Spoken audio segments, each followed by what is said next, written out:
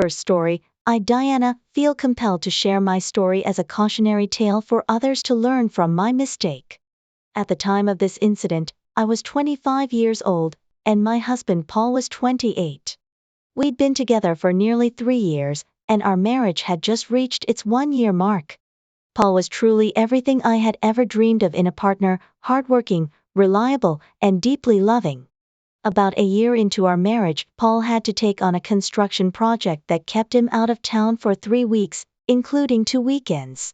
Despite the physical distance, we made sure to keep our connection strong through daily FaceTime conversations and usual text exchanges. The longing for each other was visible during that time apart. However, on the first weekend of Paul's absence, 2 of my single girlfriends invited me to join them for a night out at a local club. Initially, I resisted their invitation, knowing it wasn't the right thing to do while Paul was away. But they persisted and insisted that I be the designated driver as they planned to enjoy a few drinks. Eventually, I relented, succumbing to their persuasion, but I made the decision not to inform Paul or my family about my plans because I was fully aware that they would disapprove. We arrived at the club around 10:30 p.m., and it was already alive with energy, people dancing and mingling, enjoying their drinks. While my friends eagerly dove into the fun, I chose to remain on the sidelines, sitting at a round high-top table, simply observing the scene. During one of the quick breaks from the dancing, my friends returned to our table with their dance partners, and among them was a man we'll call Joe, a friend of one of the guys. While my friends went back to the dance floor, Joe stayed behind, striking up a conversation with me. As the night went on, my girlfriends became increasingly intoxicated, causing a bit of chaos at the club.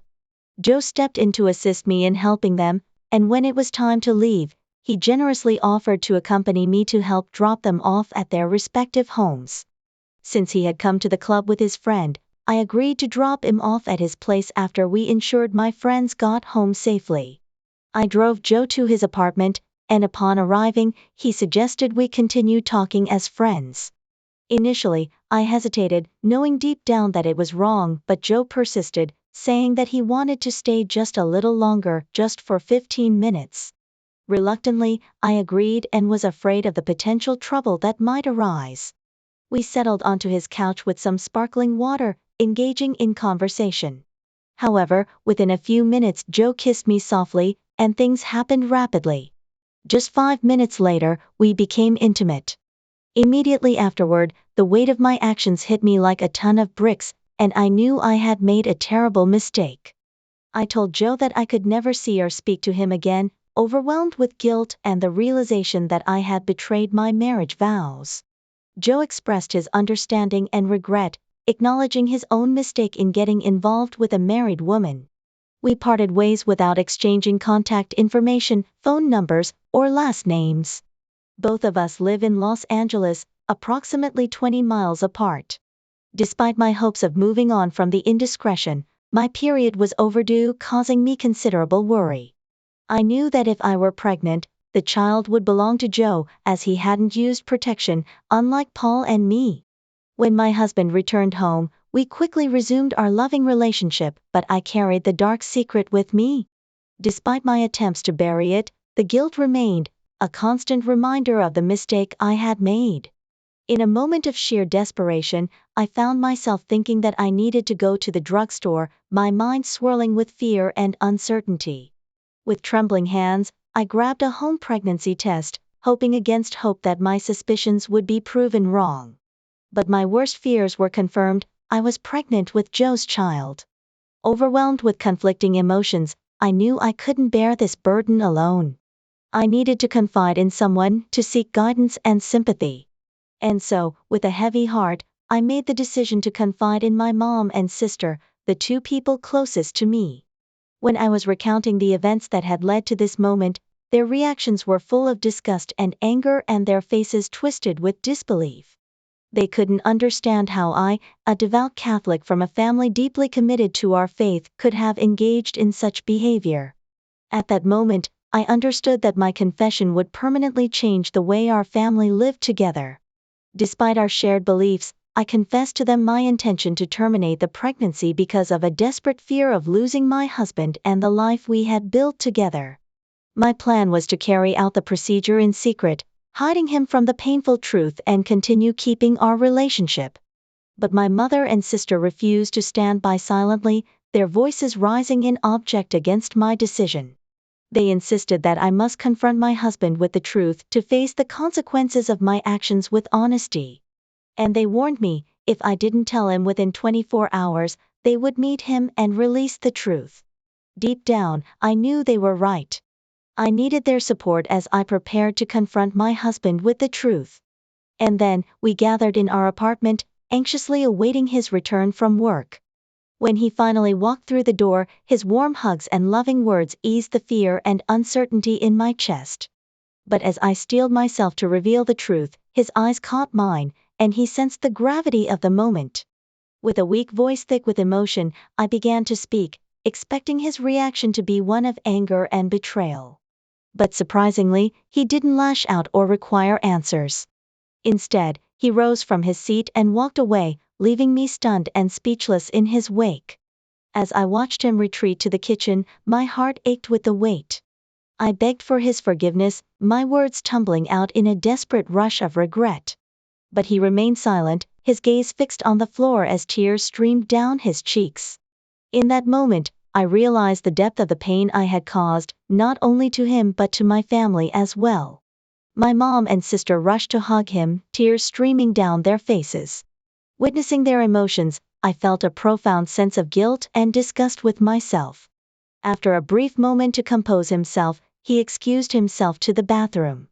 When he returned, I stood to comfort him, but he gently declined, raising his palms and softly uttering a decisive no. With remarkable composure, he expressed his need for some time alone to process everything. Despite my attempts to encourage him to share his feelings, he remained silent. Packing a suitcase, he calmly announced his departure, mentioning he'd be gone for a few days. As he headed out, I inquired about his destination, to which he simply replied that he would be in touch. Over the course of the following week, I inundated his phone with voicemails and texts, pouring out my heart, expressing my deep remorse, and pleading for him to embrace fatherhood with our child. Sadly, my attempts at communication were met with silence. Then, a week later, I received a call from his attorney, delivering the devastating news that my husband was filing for divorce. I was shattered, seeking solace from my mother and sister. While they offered comfort and pledged their support through the ordeal and my pregnancy, they made it clear they stood by my husband's side. They even hinted at testifying on his behalf if the divorce proceedings escalated. For the subsequent 2 weeks, I continued to reach out to my husband, desperately hoping for a chance to talk face to face. However, my efforts were in vain. Instead, he conveyed his well wishes for me and our unborn child through his attorney, emphasizing his desire to move on with his life separately.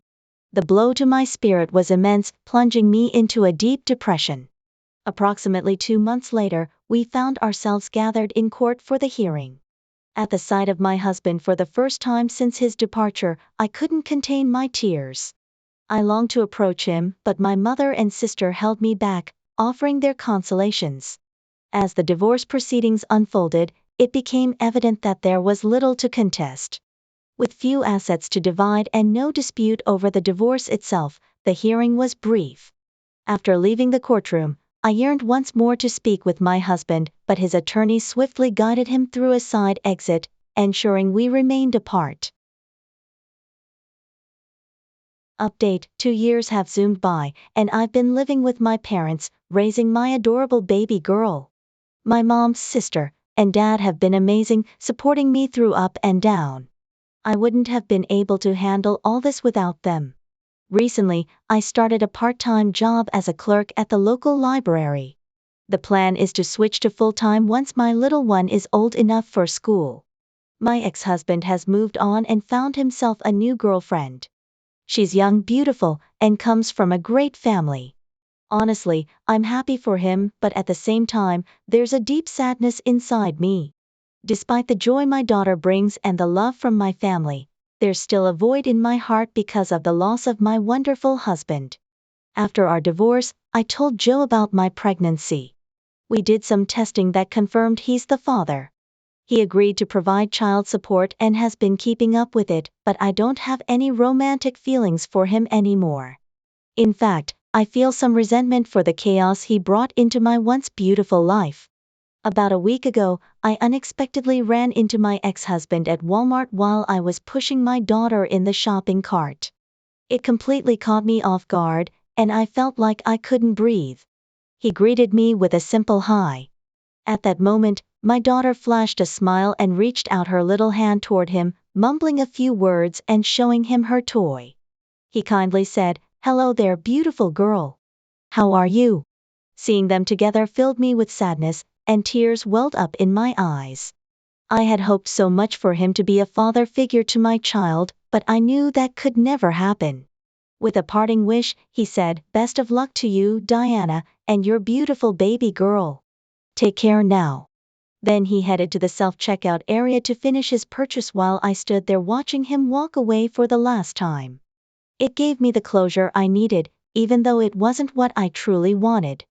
I'm sharing this story in the hope of preventing others, both women and men, from repeating my terrible, life-altering mistake. If my experience can help even one person, it would be a blessing. Thank you all for listening, and I wish you the best of luck in your relationships. From Diana with love. Second story, I'm a 29-year-old woman, and my husband is 30. We've been together for almost 5 years now. Our journey began swiftly, we tied the knot within a year of meeting each other. Now, we're parents to 2 lovely kids. My husband is truly outstanding, he's good-looking, highly educated, and has a well-paying job. He's never once betrayed my trust or disrespected me in any way. My friends and family often remind me of how lucky I am to have him in my life, emphasizing what an incredible guy he is. There was a time when I saw us as soulmates. However, about a year ago, I made a significant mistake. I went out with a group of friends to celebrate a birthday party. As the evening wore on, I found myself getting extremely drunk. Throughout the night, there was a man who had been flirting with me incessantly, and unfortunately, I ended up sleeping with him. It was the first time in many years that I felt that good, and for reasons I couldn't explain, I ended up going home with him.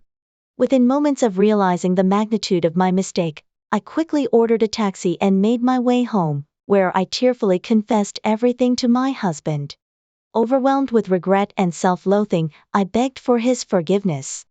Initially, he remained silent and composed, but he eventually made it clear that he wanted a divorce.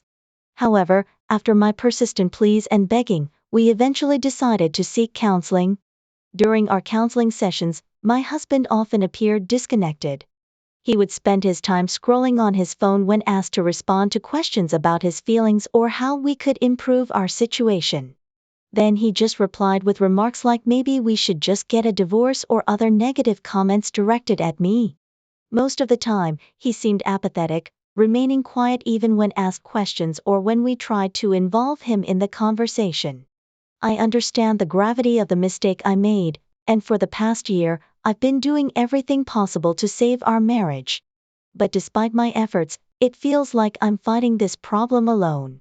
It's gotten to a really tough point in my marriage. I've found myself doing things I strongly dislike just to keep my husband happy. From household chores to intimate activities, I've taken on everything alone. It's like I'm carrying the weight of our relationship on my shoulders while he's off in his own world. His outbursts have become a regular occurrence, and they didn't bring any happiness. Hurtful insults fly out of his mouth, often loud enough for our kids to hear from their rooms. Despite this, he manages to treat our children with love, shielding them from our arguments and never speaking negatively about me in their presence. It's like he's 2 different people, a loving father and a distant husband. But even amidst all the tension, I still love him deeply. I can't imagine being with anyone else. My heart aches for the man he used to be, the one who cherished me. Yet, it feels like he's slipping away, replaced by someone I barely recognize. His behavior has become increasingly erratic. He threatens divorce and abandonment whenever I refuse to comply with his demands, often bringing up my past mistakes to guilt-trip me. It's a painful cycle of blame and manipulation that leaves me feeling trapped and powerless. Despite my efforts to confront him about his questionable actions, such as communicating with other women, he deflects by pointing fingers at my past infidelity. It's a vicious cycle of accusations and excuses that only adds to the strain in our relationship. One particular incident stands out. When I confronted him about a message from another woman on his phone, he didn't deny it or apologize. Instead, he took my hand and led me to the door, telling me to leave if I didn't like it. It was a stark reminder of how much things have changed between us. I yearn for the days when we were happy, when our love felt effortless. I'm haunted by regret every single day, wishing I could turn back time and undo the mistakes that brought us to this point. In our therapy sessions, I initially took full responsibility for my actions, believing I was solely to blame for our troubles. However, as our therapist delved deeper into our issues, it became clear that my husband's behavior may have played a role in pushing me away. This revelation has sparked a glimmer of hope within me, the possibility that our relationship can be salvaged if we're both willing to confront our demons and work through our issues together. I'm not sure what the future holds for us, but I'm willing to do whatever it takes to rebuild what we once had. Maybe finding a new therapist will provide us with the fresh perspective we need to heal and move forward. All I know is that I can't give up on us just yet. Update: today, I mustered up the courage to have a heartfelt conversation with my husband. Lately, it seemed like he was drifting away, disengaged and distant. Many people had noticed this, and I couldn't ignore it any longer. So, I decided it was time to talk with my husband about our problems. Approaching him was nerve-wracking. I went in with the mindset that maybe he was no longer invested in our marriage, that perhaps he wanted to move on. I wanted to express my understanding of his pain, acknowledging that he might not want to continue fighting for our relationship. I made it clear that if he truly believed it was time to part ways, I would accept his decision and allow him to move forward with his life. But despite everything, I wanted him to know that my love for him remained unwavering. His initial reaction was silence. He simply looked at me, his eyes filled with emotions I couldn't quite explain. Then, unexpectedly, he embraced me, and tears welled up in both our eyes.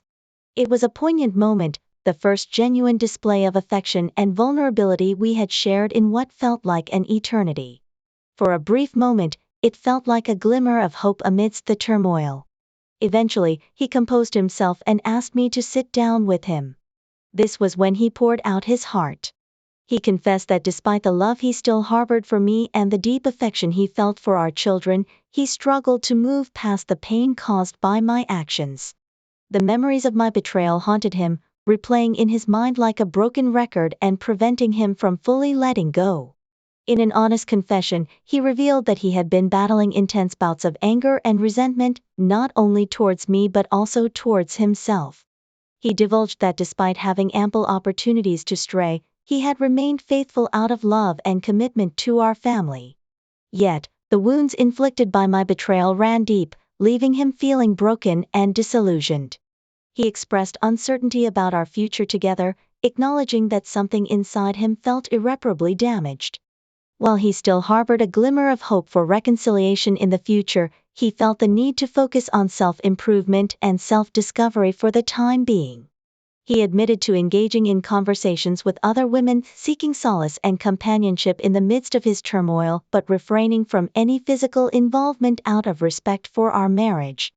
As he spoke, I felt a wave of emotions wash over me: guilt, remorse, and a profound sense of loss. I realized the depth of the pain I had caused him and the irreversible damage inflicted upon our relationship. Yet, amidst the anguish, I found solace in his honesty and vulnerability. He concluded by expressing his intention to consult a lawyer and initiate the divorce process in the coming weeks. Though his words pierced my heart, I knew that it was a necessary step towards healing and closure for both of us. In response, I assured him that I would respect his decision and cooperate fully with the divorce proceedings.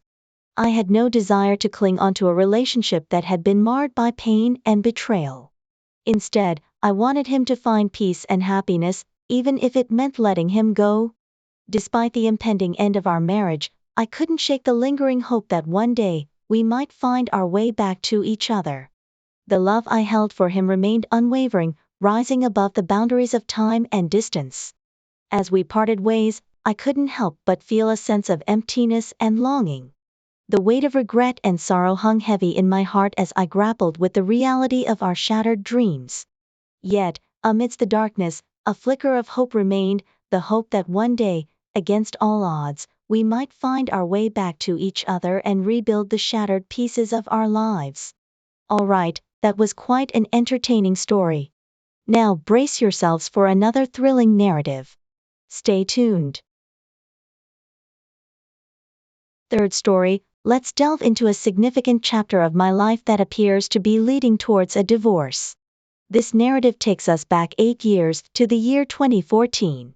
For the sake of privacy, I'll be using pseudonyms for all the individuals involved. At present, I am 39 years old and happily married to my wife Jill for the past 4 years. Jill is 29 years old, and together, we are blessed with 2 sons, aged 1 and 3. However, my family dynamic extends beyond just Jill and our 2 sons. From my previous marriage to Amber, who shares my age of 39, I have 4 older children, 3 boys and 1 girl aged 17, 15, 14, and 10, respectively. Much of what I'll share centers around my 10-year-old son, whom I'll refer to as Seth. Let's rewind roughly 11 years ago to a significant time when Amber and I, already parents to 3 children, were eagerly awaiting the arrival of our 4th, Seth. Life back then was busy but content. As we had a young family and my career began to grow, I took on additional responsibilities that allowed us to purchase a home, a sport utility vehicle, and a van. This also meant that Amber had the opportunity to embrace the role of a stay-at-home mom. However, it came with the trade-off of my extended work hours, often including weekends. Nevertheless, amidst the hustle and bustle of my work, I made it a priority to carve out meaningful time with my family, ensuring that I carried my fair share of childcare and household responsibilities. Throughout our marriage, Amber appeared to be content, often expressing satisfaction with our family life to others. However, there were moments when she seemed overwhelmed by the demands of motherhood and domestic life. During those challenging times, I, along with our parents and her sister, rallied around her, providing the support she needed to take breaks and recharge. It's important to note that the decision to expand our family to include 4 children was a mutual one, with Amber actively participating in the choice. When Seth finally arrived, our family dynamic took on a new dimension. While his birth brought us immeasurable joy, it also added a complexity to our already bustling household. Amber, in an effort to fulfill the persistent pleasure of my older 3 children, made the decision to get a puppy into our family fold. As a result, our home became a lively and vibrant space brimming with the energy of children, a playful dog, and the frequent visits of extended family members. I found immense joy in the dynamic atmosphere that enveloped our home. As Seth continued to grow, it became increasingly apparent that he bore little resemblance to anyone in our immediate or extended family. Unlike the rest of us, who shared characteristic Italian features, dark hair, brown eyes, and olive skin, Seth stood out with his strikingly different appearance, blonde hair, vivid blue eyes, and a fair complexion. This stark contrast in physical traits couldn't be overlooked. Despite the occasional light-hearted jests from friends and family suggesting amusing scenarios like Amber, my wife, having an affair with the postman or something similar, we initially shrugged off these comments. However, as time went on, the disparity between Seth's appearance and our families became more pronounced, lingering as an unsettling thought in the back of my mind. Eventually, my concerns led me to take discreet action. Before Seth turned 2, I took the step of arranging a DNA test, secretly seeking confirmation of his parentage. The results, when they arrived, were like a heavy blow. Seth was not biologically related to me. Emotions overwhelmed me, tears flowed, and the weight of the revelation was undeniable. Though the news wasn't entirely unexpected, the confirmation was nonetheless painful. Seeking reassurance, I reached out to the clinic to inquire about the accuracy of the test. While the clinician assured me that errors were exceedingly rare, they suggested conducting another test to validate the initial results. Following their advice, we underwent a second round of testing, only to receive confirmation once again that Seth was not my biological son. The reality of the situation hit me hard, and I found myself facing a tumultuous internal struggle, unsure of how to proceed. Initially, I contemplated adopting a passive stance, choosing to ignore the situation and carry on with life as usual. For a period of 5 weeks, I attempted to suppress my swirling emotions, refraining from confronting Amber and maintaining a facade of normalcy in our interactions. Despite these efforts, the weight of the truth bore down on me, intensifying with each passing day until it reached a breaking point. Driven by an urgent need for resolution, I decided to take decisive action. Seeking legal counsel, I confided in a divorce attorney, laying bare the details of my situation, including the results of the DNA tests. The attorney, in turn, pressed for more information, including Amber's reaction to the revelation. Admitting that I had yet to confront her, uncertain of whether I was prepared to pursue a divorce, I grappled with the weight of the decision before me. While the attorney proposed confronting Amber with witnesses to hear her side of the story, I remained steadfast in my resolve to dissolve the marriage. Opting against the attorney's advice, I acknowledged the impending end of our union and chose not to prolong the inevitable. Amidst discussions, the topic of the affair partner's identity arose, prompting the attorney to suggest exploring phone records, emails, and texts for potential clues. As I navigated the complex legal landscape, it became clear that, according to state laws, I remained Seth's legal father despite the absence of a biological connection. The possibility of relinquishing parental responsibilities hinged on either the biological father stepping forward voluntarily or Amber pursuing a paternity claim with him. With time ticking away, I made the decision to enlist the services of a private investigator recommended by my attorney.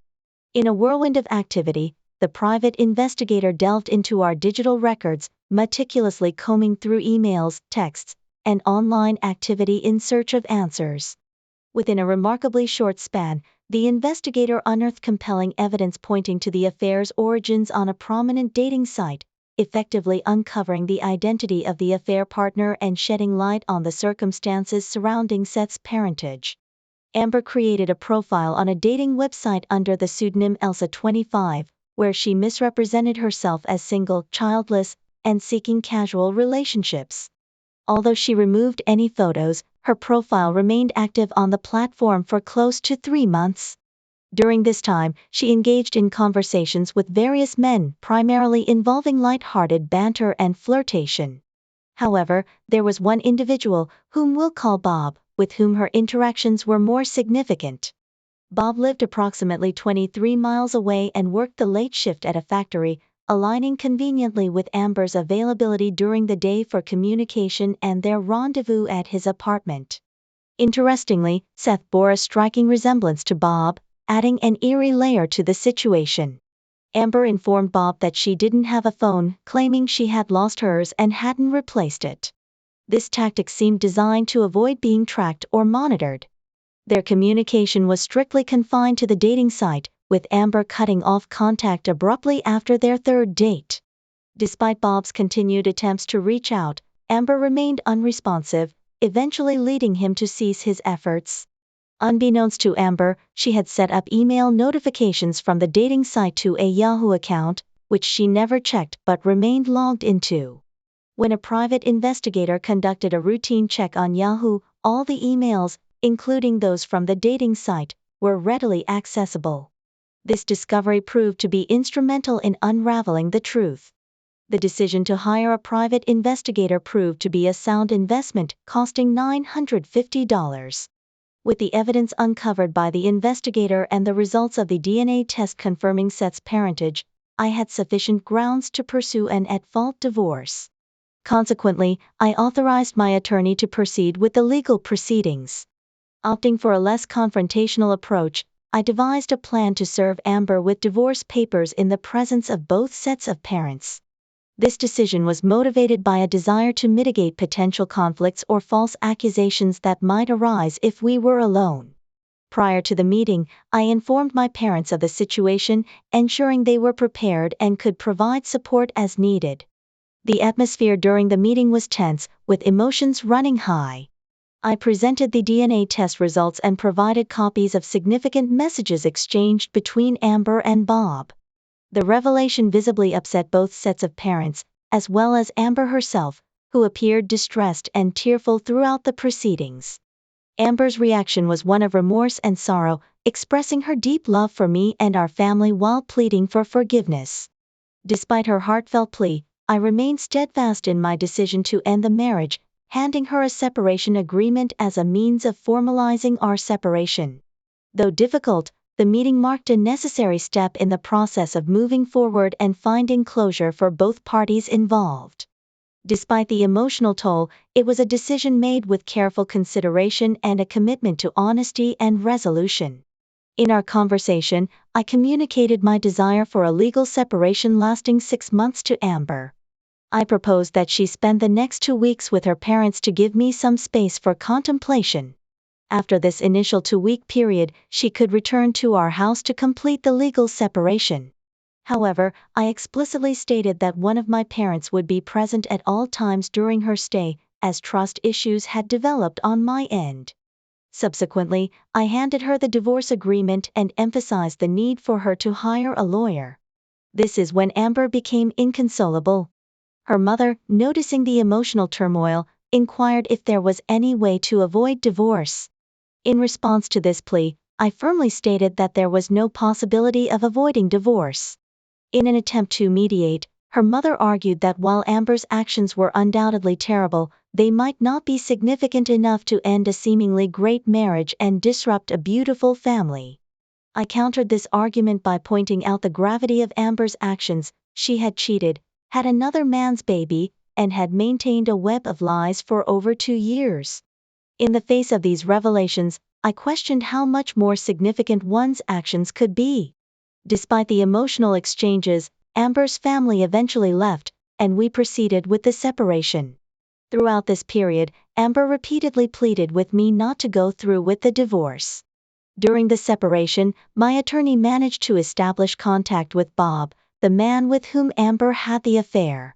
Bob expressed deep remorse, claiming he had no knowledge of Amber's marital status. He explained that he had no intentions of breaking up a family and was struggling financially, making it impossible for him to support a child. Regarding the reasons behind the affair, Amber's sister divulged that Amber had claimed to create the dating profile merely seeking attention from men, with no intention of being unfaithful. This admission was coupled with her insecurities about her appearance after gaining weight following the birth of our 3 children. Amber wanted to know if other men still found her attractive. It's crucial to note that I had never criticized her appearance. I consistently reassured her that she was beautiful, as I genuinely saw her. Fast forward 8 months, and our divorce was officially concluded. In the legal proceedings, my attorney requested an equal division of assets, excluding alimony from the settlement due to Amber's infidelity and the child born from the affair. Child support was sought only for my 3 biological children, though it was anticipated that the judge might require support for Seth given my legal fatherhood. The judge's final ruling mandated that I must pay child support for Seth as well. However, alimony was excluded from the settlement due to Amber's infidelity and the child born out of the affair.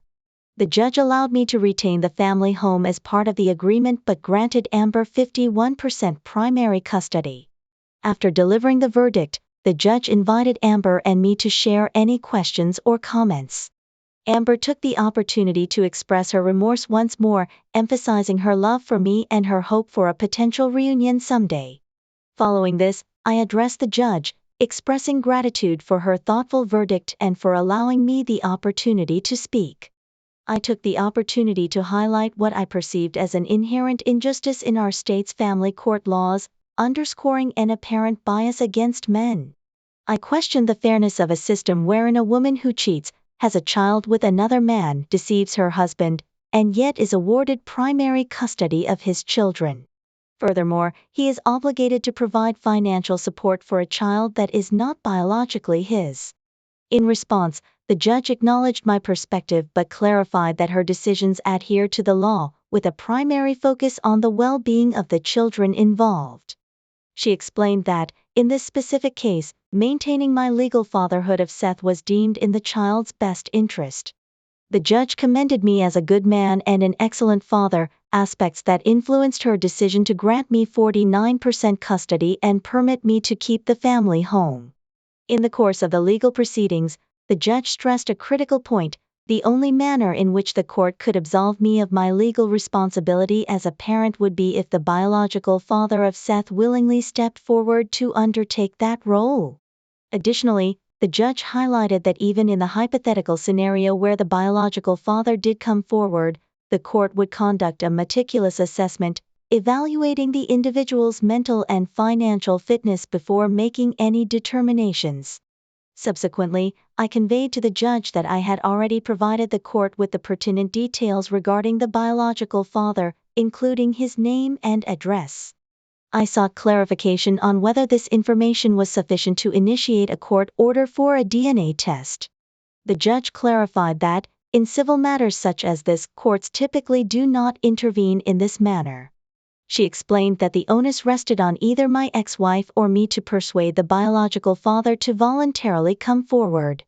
Alternatively, my ex-wife could opt to file a paternity lawsuit against him. At this juncture, my ex-wife's attorney interjected, expressing her client's hesitancy to involve another man in Seth's life. She asserted that Seth already had an exceptional father in me. This situation left me with the feeling that everyone in the courtroom was essentially conveying a sentiment of tough luck, deal with it. I find it imperative to share this courtroom interaction as a piece of advice for any man contemplating marriage.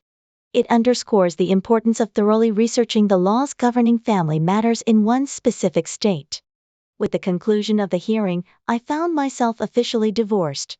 Despite the challenges, I diligently fulfilled my child support obligations and continued my efforts to be an involved and caring father to all my children, Seth included.